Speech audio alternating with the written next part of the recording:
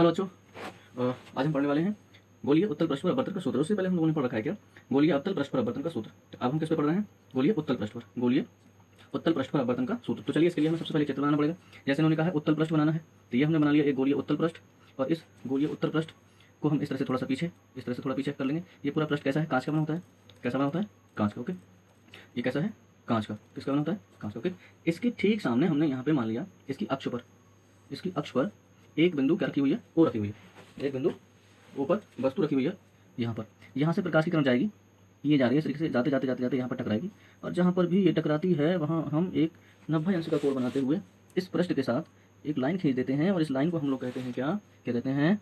इसे कहते हैं हम लोग अभिलंब। ओके, इसे नाम दे दीजिए ए, इसे नाम दे दीजिए सी। तो ए सी क्या खींच लिया हमने? एक अभिलंब खींच दिया। अब अपवर्तन की घटना कहती है कि जब प्रकाश की किरण एक माध्यम से दूसरे माध्यम में जाती है तो वह अभिलंब अपने मार्ग से विचलित हो जाती है। और जब सघन माध्यम से विरल माध्यम में जाती है तो दूर हटती है अभिलंब से, और विरल माध्यम से सघन माध्यम में जाती है तो अभिलंब की ओर हटती है। अब यहाँ पर देखते हैं, ये माध्यम 1 है, ये माध्यम 2 है। ये माध्यम हमारा कैसा है? विरल है। और ये कैसा है? सघन है। ऐसा क्यों कहा गया? क्योंकि ये क्या है? वायु है, और ये क्या है? कांच है। तो वायु की तुलना में कांच कठोर होता है, इसलिए कांच सघन माध्यम है और वायु कैसा माध्यम है? विरल माध्यम है। अब देखिए, चूंकि प्रकाश की किरण को सीधा जाना चाहिए था, बट ये विरल माध्यम से सघन माध्यम में जाती है, तो ये थोड़ा सा अभिलंब की ओर झुक के निकलेगी। ओके, इस तरीके से। अब जो ये अभिलंब की ओर झुक के निकली है, इसको पीछे हटा लीजिए। ऐसे करके हम इसको इस तरीके से, इस तरीके से पीछे हटा रहे हैं। पीछे पीछे पीछे पीछे पीछे पीछे पीछे पीछे पीछे पीछे, कितना पीछे ले जाना है भैया? पीछे पीछे पीछे। जैसे हम इसको पीछे ले जाएंगे, इस लाइन को और बढ़ा लीजिए। यहाँ पर एक बिंदु प्राप्त होगा जहाँ ये काटती है, यानी कि ये प्रतिबिंब बनाएगी इसका आभासी, उसे कह दिया आई। इस बिंदु को क्या नाम दे दिया? आई। फिर यहाँ से हम एक अभिलंब खिंचा लेते हैं, ऐसे ऐसे ऐसे ऐसे। इसको नाम दे दिया हमने एम। ये वाला पॉइंट ध्रुव होता है, इसको नाम देते हैं हम पी। इन कोणों को कुछ नाम दे दिया। मान लीजिए ये कोण क्या है? अल्फा है। ये कोण क्या है? बीटा है। और ये वाला कोण क्या है? गामा है। कुछ और इसमें समझिए, देखिए। ये है अपवर्तित किरण, और अपवर्तित किरण का, ठीक है ना, ये क्या है? अभिलंब। कोण जो होता है वो होता है आर। अपवर्तित किरण का अभिलंब के साथ कोण क्या होता है? ये है अभिलंब, और ये है अपवर्तित किरण आर होता है। यानी कि ये वाला जो कोण हो गया वो क्या बनेगा? पूरा कोण। सॉरी, ये वाला कोण तो आई बनेगा, क्योंकि ये वाला कोण होगा आई, ठीक है। और ये वाला कोण जो यहाँ से यहाँ तक है, ये कितना होगा? आर होगा, ठीक है। मतलब ये पूरा कोण जो है, इसे यहाँ मत लिखो, यहाँ लिख दो, इसे यहाँ लिख देते हैं, क्या होगा? आई। और ये वाला जो कोण है वो क्या होगा? आर। कैसे? ये अभिलंब, ये अपवर्तित किरण, इनके बीच में कोण बन रहा है आर, तो ये रेखा और ये रेखा, ठीक है, ये हो गया शीर्षामुख कोण। जब ये आ रहा है तो ये भी कैसा होगा? आर होगा, ठीक है। ऐसे यहाँ पर देख लीजिए, ये वाला कोण आई है, ठीक है। तो ये वाली रेखा और ये वाली रेखा, सही है।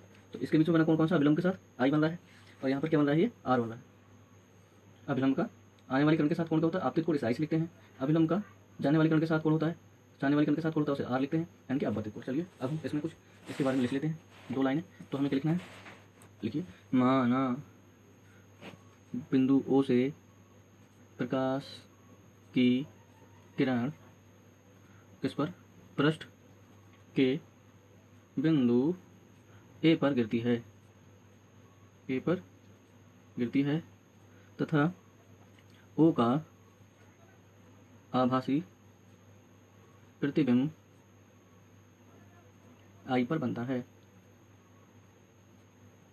और भी आप चाहो आगे लिख सकते हो। अब हम लिखेंगे त्रिभुज, किसमें? त्रिभुज, त्रिभुज, त्रिभुज पहले ओ सी ए में, त्रिभुज ओ सी ए में। अब त्रिभुज ए सी ओ में हम देखते हैं क्या? कोण ओ सी ए, यहाँ लिख लीजिए, यहाँ पे 1 2 3, ये है ओ, ये सी है, और ये क्या है? ए, ऐसे करके, ठीक है ना। तो इसमें ये वाला कोण क्या है? अल्फा। ये वाला कोण क्या है? गामा। और इसके ये वाला कोण क्या है? आई। देखिए यहाँ से क्या हो जाएगा? आई बराबर अल्फा प्लस गामा। क्यों? इसे कहते हैं बहिष्ठ कोण प्रमेय, बहिष्ठ कोण प्रमेय से। और बहिष्ठ कोण प्रमेय क्या कहती है?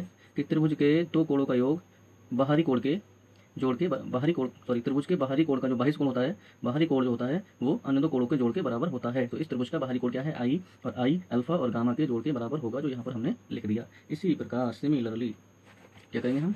इसी प्रकार एक और त्रिभुज ले लीजिए, त्रिभुज आई सी ए। आई सी ए में, त्रिभुज आई सी ए में हम लोग क्या देख पा रहे हैं? त्रिभुज आई सी ए में हम लोग देख पा रहे हैं कि ये देखिए, इसको बना लो, यहाँ पे भी, इसको भी यहाँ बना लो, ये है आई, ये सी है और ये पॉइंट ए है, ये रेखा बाहर है, ये वाला कोण बीटा है, ये वाला कोण गामा है और ये वाला कोण क्या है, आर है।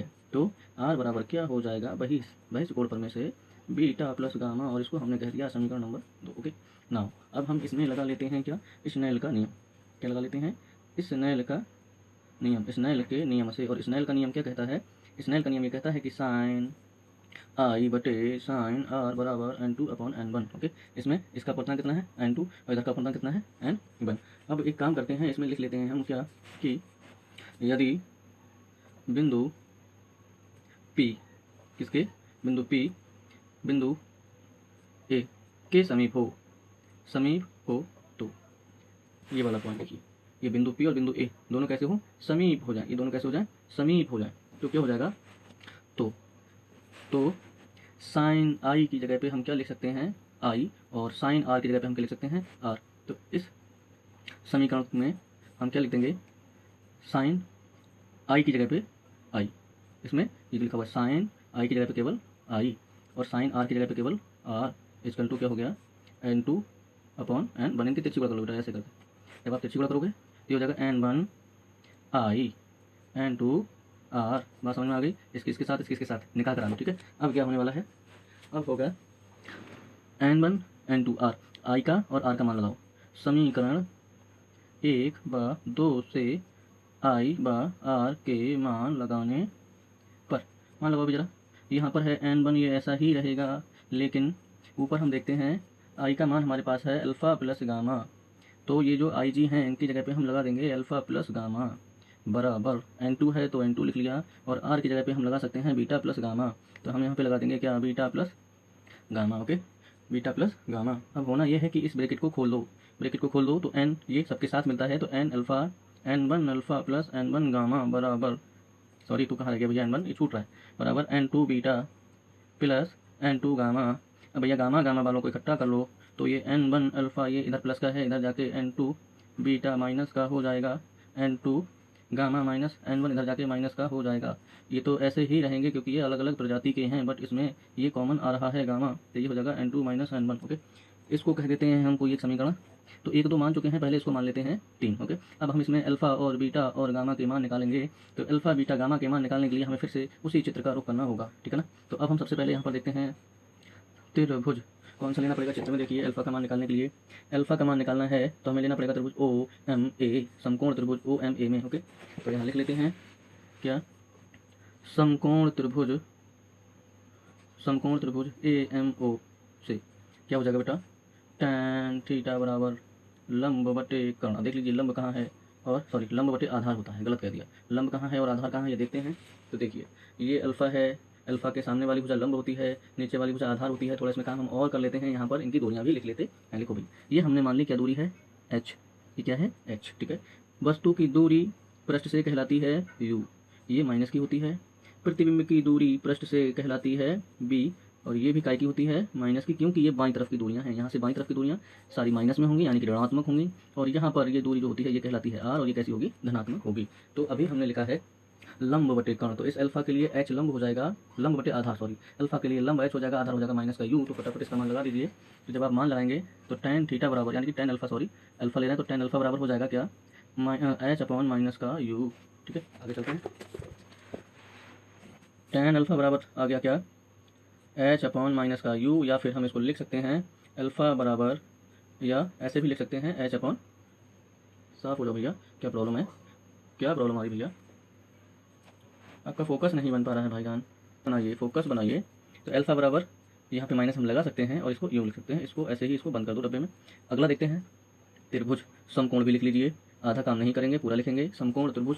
अब कौन सा लेना पड़ेगा बेटा हमें, समकोण त्रिभुज। अब हमें निकालना है मान बीटा का, बीटा भैया बहुत दूर बैठे हो जाके, तो जब बीटा का मान निकालना हो तो यहाँ पे क्या है आई, अभी दिख नहीं रहा है, देख लीजिए ये है आई। तो बेटा जब ये आई है और ये क्या है एम है, ये ए, तो IMA ले लो, IMA में क्या आ जाएगा बीटा। ओके तो लेते हैं त्रिभुज समकोण त्रिभुज IMA में क्या हो जाएगा, tan अल्फा बीटा बराबर h तो रहना ही रहना है, और क्या है माइनस का b। ठीक है, या बीटा बराबर क्या हो जाएगा, h अपॉन माइनस का b। कहाँ से है देखो, एक बार फिर से देख लेते हैं इसको पलट के, देखिए दिख रहा है ना, ये है बीटा, बीटा के सामने वाली भुजा h है, इसको लंब कहेंगे, और जिस पे बीटा टिका हुआ है वो आधार है ये, तो इसको क्या कहेंगे हम, आधार, और ये दूरी क्या है b, ठीक है, लंब बटे आधार, लंब बटे आधार। हमें बीटा का मिल गया, अल्फा का मिल गया, गामा और बचा है। तो गामा का मान लेने के लिए हम एक बार त्रिभुज आपको फिर से दिखा दे रहे हैं। गामा के लिए हो जाएगा CMA या ACM या MCA, ये वाला त्रिभुज, ठीक है। तो हम ले लेते हैं क्या, त्रिभुज, समकोण त्रिभुज, क्या ले लें बेटा, त्रिभुज MCA में tan थीटा की जगह गामा इक्वल टू, लंब तो h ही है, आधार है r, ये प्लस का ही रहेगा, या इसको लिख सकते हैं गामा इक्वल टू h/r। ये अल्फा बीटा गामा के मान मिल गए। और हम लिखेंगे अल्फा बीटा गामा के मान किसमें, समीकरण 3 में रखने पर, अल्फा कमा बीटा कमा गामा का मान समीकरण 3 में रखने पर। एक बार समीकरण 3 ऐसे लिख लेते हैं ना। तो समीकरण 3 क्या है, समीकरण 3 है हमारे पास, समीकरण 3 ये कहती है, क्या कहती है, समीकरण 3 कहती है n1, देखो एक बार देख लीजिए, ये है देखिए n1 अल्फा n2 बीटा, क्या है n1 alpha minus n2 beta बराबर गामा n2 माइनस n1। मान लो बेटा n1 का मान अपने पास नहीं है, बट अल्फा का मान हम निकाले हैं ऊपर से, माइनस h अपॉन, तो n1 को ऐसे लिख लो, अल्फा का मान लगाओ minus h upon u, minus n2 को ऐसे लिख लो, बीटा का मान लगाओ बेटा माइनस का h अपॉन b, बराबर गामा का मान है h upon r, n2 minus n1। Okay, अभी यहाँ पर ध्यान देंगे, इसको खोल देंगे, माइनस का n1, h को निकालो बाहर क्योंकि h सब में है, तो यहाँ बचेगा माइनस का n1 और नीचे बचेगा u। यहाँ से देखिए h आ गया बाहर, तो माइनस माइनस हो गया प्लस, और ये हो जाएगा n2 अपॉन b, ठीक है, और इसको कर दो बंद, माइनस माइनस प्लस, ये है n2 अपॉन b, h आ गया बाहर, बराबर h upon r, n2 minus n1, h को घर भेज दो, h कट रहा है तो उसे काट दो, ये बचा माइनस का n1 upon u plus n2 upon b equal to 1 upon r, n2 minus n1। एक तरीके से ये हमारा फार्मूला निकल के आ चुका है, ठीक है। इसको थोड़ा सही करके लिख लो है, तो इसको ऐसे लिख लेते हैं हम n2 अपॉन b, क्यों, ये प्लस वाला पहले लिख लो, है ना, इसको ज़्यादा वरीयता दे देते हैं हम लोग, बराबर 1 upon r, n2 minus n1। Okay, ये निकल के आ गया, ठीक है। अब इसको थोड़ा हम और भी कर सकते हैं, क्या हमने माना, क्या मान लें, n बराबर n2 अपॉन n1। अब इसमें कहीं n2 अपॉन n1 तो नजर आ रहा है, तो हम क्या करेंगे, इसमें n2 अपॉन n1 को कॉमन ले लेंगे। कैसे, देखिए इन दोनों में से कॉमन लेंगे n1 को, तो जब n1 को बेटा बाहर निकालेंगे हम, तो अंदर क्या बचेगा, यहाँ पर नहीं है ना, तो यहाँ पर हम n1 से ऊपर नीचे गुणा भाग कर लेते हैं, है ना। तो यहाँ से n1 बाहर आ जाएगा, यहाँ क्या बचेगा n2 अपॉन n1, क्या बचेगा n2 अपॉन n1, और अपॉन में क्या है b, माइनस n1 बाहर चला गया 1 अपॉन u, बराबर यहाँ पे 1 अपॉन r है ना, हमने इसमें n1 को निकाल दिया बाहर, तो यहाँ पर है नहीं, तो इसमें क्या करेंगे, ऊपर नीचे गुणा कर लेंगे n1 से, तो ये हो जाएगा n2 अपॉन n1। कैसे हुआ, यहाँ पे हमने गुणा कर लिया किससे, n1 से, और ऊपर और नीचे, ठीक है। तो ये वाला n1 बाहर आ गया, अंदर क्या बचेगा n2 अपॉन n1, यहाँ समझ लो थोड़ा सा, n2 है यहाँ पर, है। अब इसमें से हमें किसको निकालना है बाहर, n1 को, तो इसमें गुणा भाग कर लेंगे n1 से, और ये n1 से, ये वाला n1 कहाँ चला गया बाहर, तो क्या बचेगा n2 अपॉन n1। ओके, तो माइनस n1 गया बाहर। अब देखिए हमने यहाँ पे क्या माना है, n2 upon n1 equal to n, इस वाले n1 से इस वाले n1 को काट दो, काटते बहुत हैं हम लोग, इसकी जगह पे कर देंगे हम n, ये वाला n, तो ये हो जाएगा n upon b minus 1 upon u बराबर 1 अपॉन r। और ये देखिए इसकी जगह पर क्या भाई साहब n आ गए, इन्होंने भी अपना कब्जा जमा रखा है, तो इस तरीके से ये भी एक सूत्र निकल के आ जाता है। फाइनल सूत्र हमारा ये होता है। तो इस तरीके से आप गोलीय पृष्ठ पर अपवर्तन का सूत्र निकाल सकते हो। वो आपसे पूछ सकता है कि किसी उत्तल गोलीय पृष्ठ में जिसका अपवर्तनांक n है, ठीक है, के लिए गोलीय अपवर्तक पृष्ठ के लिए सूत्र निकालिए। क्या निकालिए, सूत्र निकालिए अपवर्तन का सूत्र, जिसका अपवर्तनांक क्या है n है, ऐसे गोलीय पृष्ठ के लिए अपवर्तन का सूत्र का निगमन कीजिए, तो वो ये आ गया सूत्र आप निकाल सकते हो। अब मिलते हैं अगले टॉपिक में, नए टॉपिक के साथ अगले वीडियो में। तब तक दोस्तों टाटा बाय बाय नमस्कार। चाहे से देखते रहिए, प्यार देते रहिए और शेयर जरूर करिए, सब्सक्राइब भी करिए। ओके, धन्यवाद।